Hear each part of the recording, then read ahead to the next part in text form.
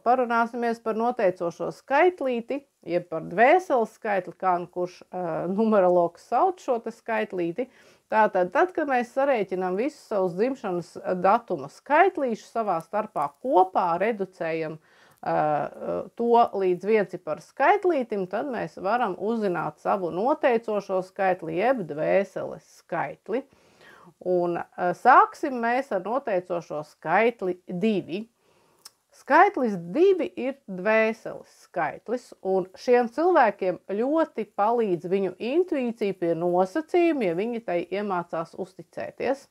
Ļoti jūtīgi cilvēki, un tiek uzskatīts, ka viņiem piemīt sarežģīts raksturs. Tā kā 2 simbolizē divējādību, ja, tad ļaudis ar noteicošo skaitli 2 parasti nejūtas ērti, ja viņiem ir jāstrādā vienatnē. Ja, tātad viņi ir ļoti labi komandas darbinieki. Parasti šie cilvēki ir tādi miera uzturētāji, ļoti godīgi cilvēki un darba rūķi. Un šiem indivīdiem jāiemācās kontaktēties ar citiem, lai atrastu savu laimi. 2 ir tādu dziļu emociju skaitlis, un cilvēki, kuru dzīvi tas nosaka, visu uztver tā diezgan skaudri.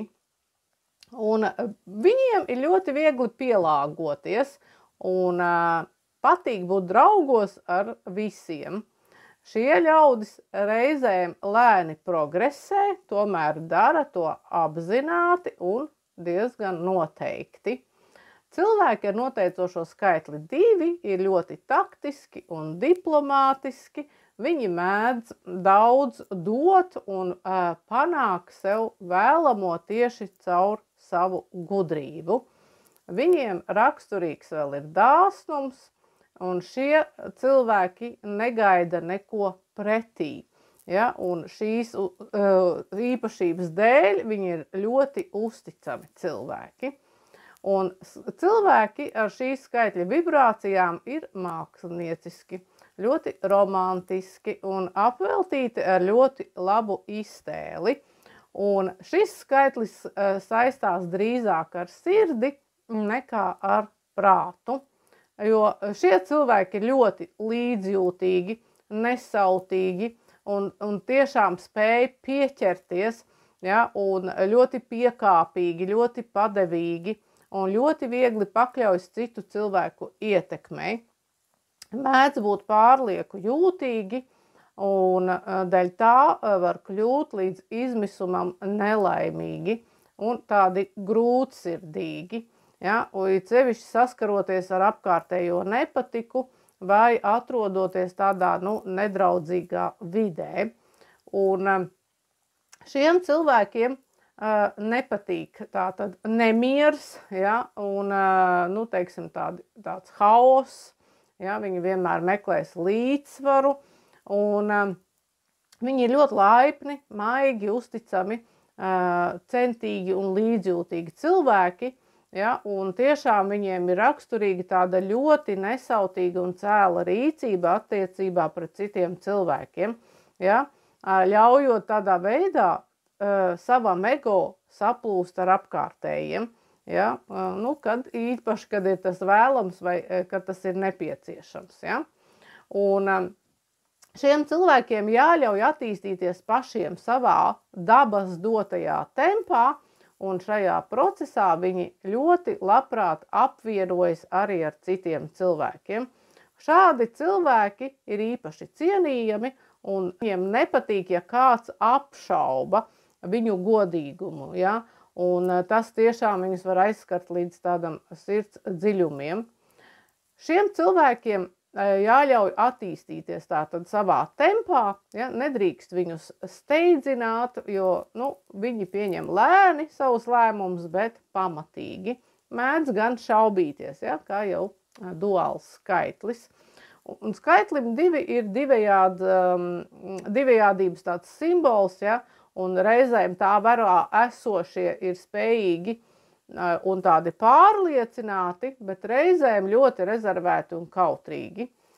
Skaitlis 2, jeb tā varā esošajiem, sagādā tādu plašu piedzīvojumu spektru tieši šis te skaitlis, jo viņš ir ļoti tāds duāls skaitlis.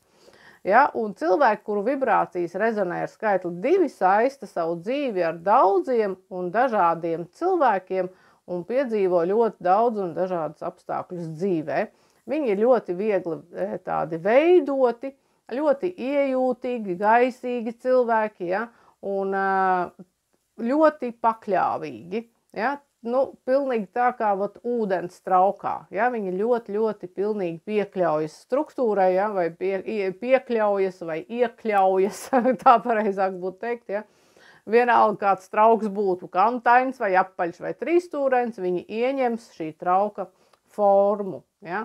Un divnieciņiem piemīt tāda ļoti sievišķīga enerģija, ļoti mātišķa daba, ļoti laba intuīcija, ja, kā jau es minēju, ļoti smalks raksturs, ja, un ļoti grūti viņiem ir dzīvot tādā strauji mainīgā vidē, ja, viņi ļoti nemīl skarbu vidi, tādu ļoti mainīgu vidi, viņiem patīk tāda mierīgs un lēns dzīves ritms, ja. Tā kā parasti šie cilvēki nevis parasti, bet bieži šie cilvēki kļūst par tiesnešiem, piemēram, jo divnieks veido it kā tādu kā tiltu starp cilvēkiem. Ja? Parasti viņiem uzticās, ja? Viņiem tiešām piemīt arī tāds dabas dots ekstrasensorais spēks, ja? Jo šis skaitlis viennozīmīgi ir saistīts ar slēptām zināšanām un ar gaišredzību, ja? Un vēl viņiem piemīt ļoti labas spējas sajust vibrācijas astrālajā līmenī. Ja? Un ļoti labi hipnoterapeiti, jeb cilvēki, kas palīdz citiem ieiet transa stāvoklī un strādāt ar zemapziņu. Ja? Tā kā ļoti interesants skaitlīts, ja? Ļoti intuitīvs cilvēks. Šeit ir galvenais uzdevums ir iemācīties uzticēties šai intuīcijai un paļauties uz to.